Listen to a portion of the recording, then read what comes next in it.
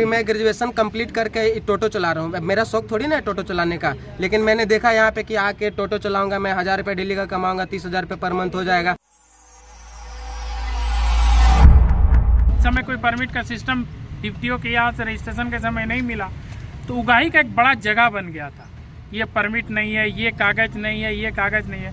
तो उस दिन ने हम लोग जो बातचीत हुआ, हम लोगों का जब तक कोई नीति नहीं बन जाती सरकार का ठोस, तब तक ऐसा कोई कार्रवाई नहीं किया जाए।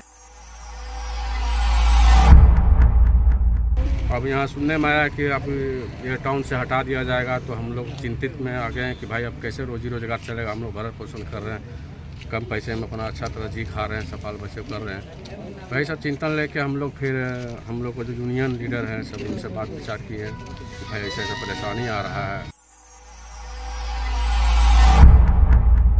थे कि पूरे नगर निगम क्षेत्र में ई रिक्शा को चलने का इजाज़त दिया जाए, कोई फीस सिस्टम या कोई भी परमिट या किसी भी तरह का कोई बातचीत नहीं हो, क्योंकि स्वच्छ भारत योजना के तहत ये आया था और नगर निगम ने भी बहुत सारे ई रिक्शा को बांटा और वो लोग चल रहे हैं।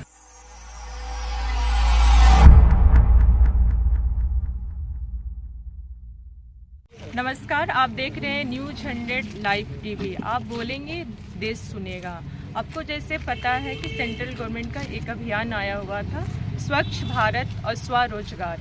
ई रिक्शा जो है ये स्वच्छ भारत और स्वरोजगार ये दोनों के तहत आता है। लेकिन जहाँ तक अभी ई रिक्शा वालों से बात हुई है, उनका कहना है कि रोजगार के साथ साथ हमें कहीं ना कहीं बेरोजगार भी कर दे रही है। रांची नगर निगम का जो ई रिक्शा को लेके जो परमिट का बात हो रहा था, उनका कहना है कि ये रांची नगर निगम में नहीं चलेगा। ये रांची नगर निगम से हट के जो रिंग रोड है उसमें गाड़ी चलाने का, इनका ई रिक्शा चलाने का प्रावधान आया है। लेकिन उसी के बिहाफ में ये लोगों ने 24 जनवरी को नगर आयुक्त को एक लेटर दिया था। तो इसी बीच उनके भारतीय मजदूर संघ के जो अध्यक्ष हैं संजय जी, हम लोग जानना चाहेंगे उनसे कि क्या बातें हुई है। 24 तारीख को नगर आयुक्त के नाम हम लोग ज्ञापन सौंपे थे।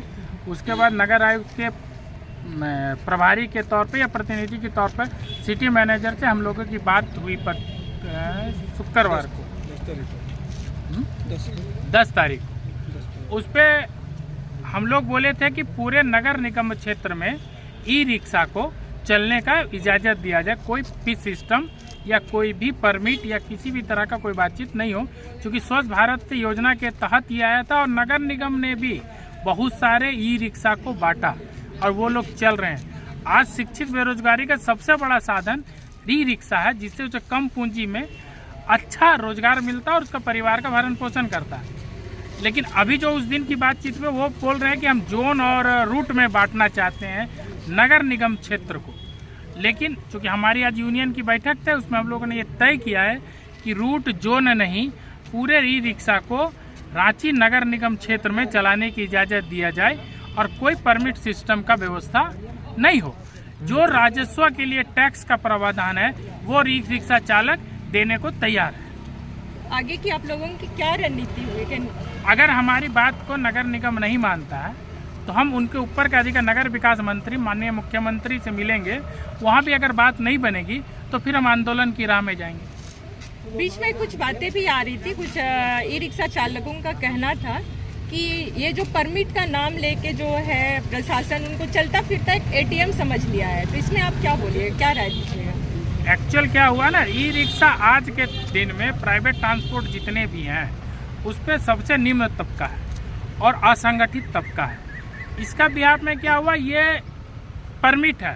परमिट कहाँ है क्या नहीं है बहुत लोगों को मालूम नहीं। बहुत नए गाड़ी भी बाजार में आए, उन समय कोई परमिट का सिस्टम डीपीओ के यहाँ से रजिस्ट्रेशन के समय नहीं मिला, तो उगाही का एक बड़ा जगह बन गया था। ये परमिट नहीं है, ये कागज नहीं है, ये कागज नहीं है। तो उस दिन ने हम लोग जो बातचीत हुआ, हम लोगों का जब तक कोई नीति नहीं बन जाती सरकार का ठोस, तब तक ऐसा कोई कार्रवाई नहीं किया जाए। बहुत सारे दुकानदारों ने टेम्पो और ई रिक्शा का परिचालन के विरोध में धरना प्रदर्शन किया, जिसमें माननीय विधायक वगैरह भी गए थे। लेकिन ये एक तरफा विषय है। ई रिक्शा या टेम्पू से जाम नहीं है। आप वहाँ जाइएगा तो आप देखिएगा जो फुटपाथ जहाँ ई रिक्शा और लोगों को चलने का व्यवस्था है वो पहले से पूर्व से जाम रहते हैं। तो तय है कि जब आप उस जगह को घेर के रखिएगा तो दूसरे जगह पे ही लोग लगाएंगे। तो निगम को इस क्षेत्र में भी ध्यान देना चाहिए। जो निगम के रोड को अतिक्रम हो रहा है, चाहे पार्किंग के नाम में हो, वैध अवैध, या दुकानदार या मॉल के साथ हो रहा है, इस पे भी कड़ाई से पालन करना चाहिए, जिससे ई रिक्शा चलने के उपरांत भी रांची जाम मुक्त रहे और यूनियन उसमें सहयोग करेगी। हम लोग अभी हैं जो ई रिक्शा चालक है, उनसे भी जानना चाहेंगे हम लोग कि किस तरह के परेशानी का सामना करना पड़ रहा है। कुछ ई रिक्शा चालक हैं हम लोगों के साथ में, उनसे हम लोग जानते हैं कि आप लोग को जो है किस तरह का परेशानी का सामना करना पड़ता है। अपना बताइए क्या क्या प्रॉब्लम। हम लोग स्टेशन से चलते हैं तो बहुत जगह हम लोग को पुलिस वाले भी रोक देता है कि आपका परमिट है, ये पास है, पैसे, तो इस तरह से हम लोग को परेशानी किया जाता है। कुछ पैसे वगैरह लेकर फिर छोड़ देता है बैठा के। ये सब परेशानियाँ आती है हम लोगों के साथ में, सभी लोगों के साथ में। तो हम लोग कहीं भी यहाँ से चलते हैं, अब यहाँ सुनने में आया कि अब ये टाउन से हटा दिया जाएगा, तो हम लोग चिंतित में आ गए हैं कि भाई अब कैसे रोजी रोजगार चलेगा। हम लोग भरण पोषण कर रहे हैं, कम पैसे में अपना अच्छा तरह जी खा रहे हैं, सफाल बच्चे कर रहे हैं। वही सब चिंतन लेके हम लोग फिर हम लोग को जो यूनियन लीडर हैं सब इनसे बात विचार किए कि भाई ऐसे ऐसे परेशानी आ रहा है। तो हम लोग फिर बैठक उठक हुए, सबमिट हुए साथ में, यही सब तरह के बहुत। तो इस बैठक में क्या डिसीजन लिया गया? डिसीजन लेके हमारे यूनियन साहब बोले हैं कि हम लोग एक बार नगर आयुक्त से जाकर भेंट करेंगे, डीसी साहब वगैरह से मिलेंगे और ये सब मैटर में बात करके अगर नहीं समझेंगे, मानेंगे, अगर कुछ निर्णय नहीं लेंगे तो फिर हम लोग मुख्यमंत्री से भी भेंट करेंगे।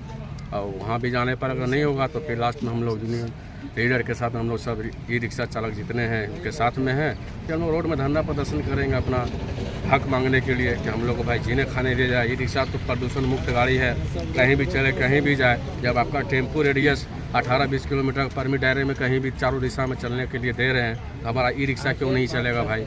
हम लोग को भी चलने दिया जाए। हम लोग को पाबंदी क्यों लगाया जा रहा है कि आप यहाँ से यहाँ चलो, यहाँ से यहाँ चलो? ये तो फिर दिक्कत हो जाएगा ना, फिर कैसे हम लोग जिएंगे खाएंगे। मेरा कहने का मतलब है कि जितना भी ई रिक्शा वाला है सबको ये भी चलता है, जैसे ऑटो वाला भी चलता है, टोटो वाला भी चलता है। यहाँ पे जो टोटो चलाता है लोग स्टूडेंट भी है, जैसे मैं भी स्टूडेंट हूँ।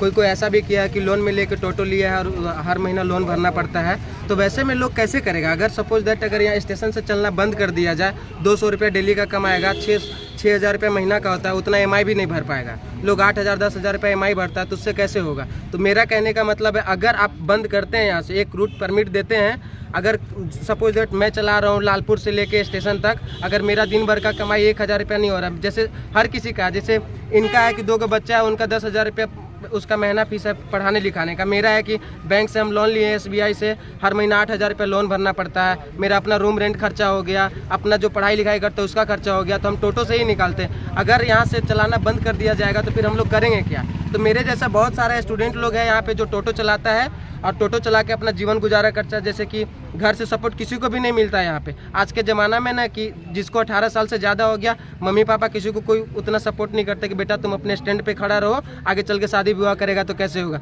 और ये सिर्फ मेरे घर का नहीं है, हर किसी घर का बात है। तो ऐसे में अगर चलाना बंद कर दिया जाए यहाँ से, तो हम लोग के लिए बहुत बड़ा प्रॉब्लम क्रिएट हो जाएगा।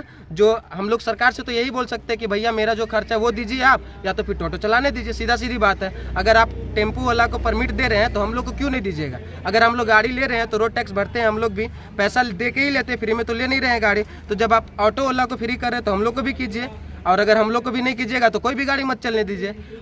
मतलब युवाओं को एक रोजगार दिखा के आप लोगों को बेरोजगार किया जा रहा है। हाँ, अभी मैं ग्रेजुएशन कंप्लीट करके टोटो चला रहा हूँ। मेरा शौक थोड़ी ना है टोटो चलाने का, लेकिन मैंने देखा यहाँ पे कि आके टोटो चलाऊंगा मैं, 1,000 रुपये डेली का कमाऊंगा, 30,000 रुपये पर मंथ हो जाएगा, मेरा 15,000 रुपये खर्चा हो जाएगा। अपने साथ में मैं 3 बहन को भी रख के यहाँ पे स्टडी करवाता हूँ, तो फिर उन लोग को मैं कैसे करवाऊंगा? मैं तो अपना ज़िंदगी गुजारा किसी भी तरह कर सकता हूँ, क्योंकि मेरे को कोई प्रॉब्लम नहीं है। मेरा घर है, मेरा ज़मीन संपत्ति। अगर मैं अपने बहन को अच्छा शिक्षा नहीं दिया, अच्छे जगह पे शादी नहीं कर पाया, तो फिर उसका जिम्मेदार कौन होगा? सरकार लेगी ये जिम्मेदारी? नहीं ले सकती है ना। तो फिर सरकार ये क्यों बोल रही है कि फिर ऐसे नहीं होगा, यहाँ से नहीं चलो, रोड परमिट होगा? तो ये सब चीज़ कौन सुनेगा? ऐसा थोड़ी ना होता है। गाड़ी सबको ही लिया है, गाड़ी में पैसा फंसाया है, कोई लोन भर रहा है, कोई अपना घर परिवार चला रहा है, कोई अपना बाल बच्चा का फी भर रहा है। तो वैसे में कैसे हो पाएगा? नहीं हो पाएगा ना। तो यही मेरा ख्वाहिश है कि जितना भी लोग स्टेशन से गाड़ी चलाता है सबको चलने दे, और पूरा रांची में ऐसा फ्री कर दे 20 किलोमीटर के अंदर में कि जहाँ का भी सवारी मिले आदमी बैठा है जाए, और जब रिटर्न वापस आए भी तो सवारी जो रास्ता में मिले तो उसको भी बैठाए। बस मेरा यही कहना है। और अगर ऐसा कुछ नहीं हुआ तो फिर हम लोग के लिए